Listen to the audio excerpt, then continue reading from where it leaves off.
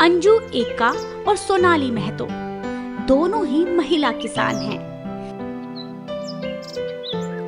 मेहनती ऐसी कि पूरा गांव उनका उदाहरण देता है, पर उनकी मेहनत के मुताबिक उन्हें उनकी फसलों और साग सब्जियों के दाम नहीं मिलते और जो मिलता उसी से उनके परिवार का भरण पोषण होता है।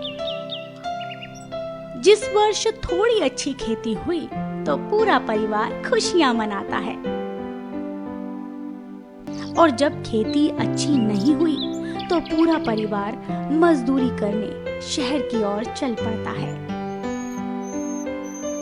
ऐसे जीवन चक्र के बंधन में सिर्फ अंजू एक्का और सोनाली महतो ही नहीं, बल्कि झारखंड के अधिकतर ग्रामीण किसान परिवार फंसे हैं।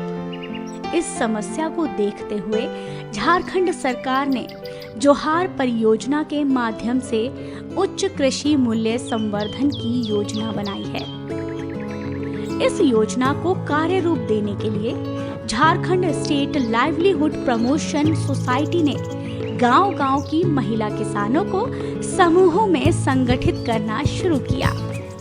ग्रामीण स्तर पर आजीविका किसान मित्र रखे गए हैं जो समूहों से जुड़ी हर महिला किसान की समस्याओं को सुलझाते हैं। आजीविका किसान मित्र की बात अंजू एक्का को तो अच्छी तरह समझ में आ गई और उसने समूह से जुड़कर खेती करने का मन भी बना लिया।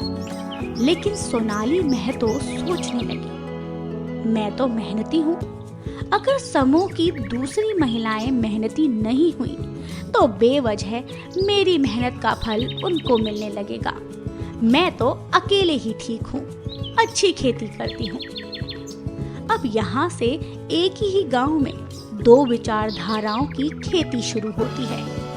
एक अंजू एक्का जो समूह से जुड़कर खेती करती हैं और दूसरी सोनाली महतो अकेले खेती करने का मन बना लेती हैं। अंजू जिस समूह से जुड़ती है उसका नाम है टाटी महिला उत्पादक समूह। उसमें कुल 16 महिला सदस्य हैं और उनके पास कुल 53 एकड़ जमीन है।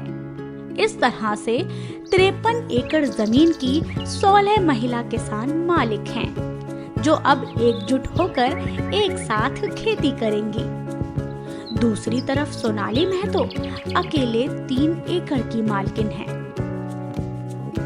टाटी उत्पादक समूह की पहली बैठक में यह तय होता है कि कुल 53 एकड़ की जमीन में 10 एकड़ भिंडी लगाएंगे, 10 एकड़ टमाटर, 20 एकड़ बैंगन और 13 एकड़ में हरी मिर्च लगाएंगे।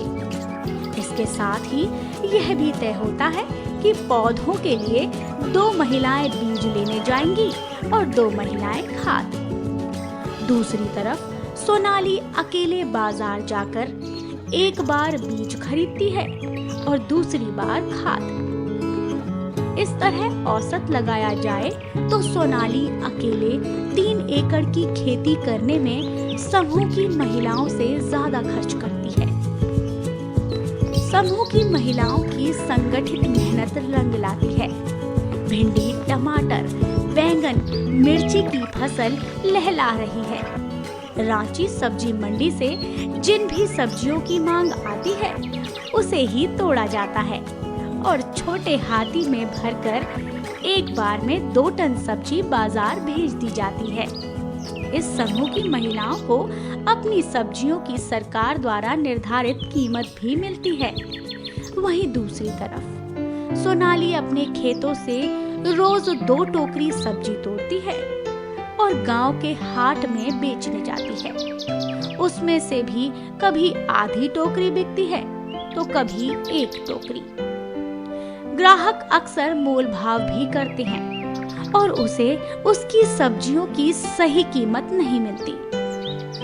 सोनाली निराश हो जाती है। एक दिन जब उसकी सब्जियां नहीं बिकती तो वो सीधा अंजू के घर जाती है। वहाँ देखती है अंजू खुशी से अपने घर में बच्चों को पढ़ा रही है।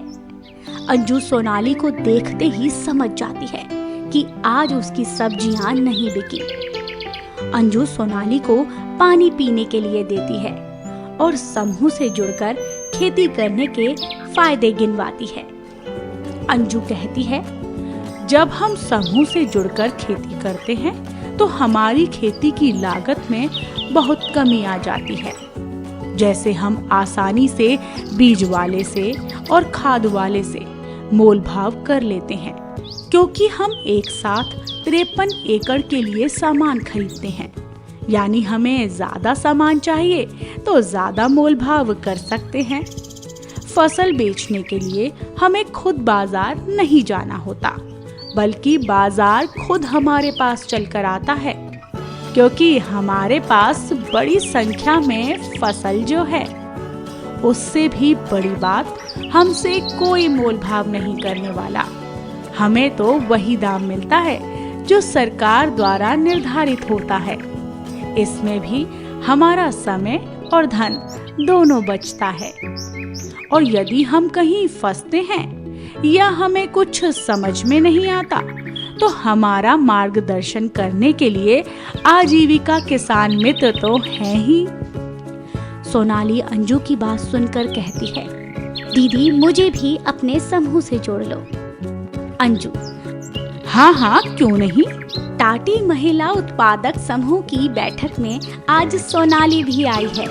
अंजू सबसे कहती है, सभी दीदी लोगों को जोहार।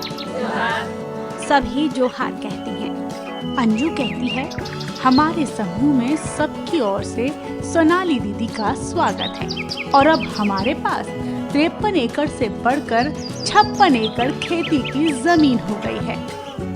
सोनाली महतो सबसे कहती है, अब हम करेंगे मिलकर और साथ आगे बढ़ेंगे जुलकर। अंजू कहती है, आपने सही कहा दीदी, ऐसे ही तो होगा हमारा सबका साथ सबका विकास।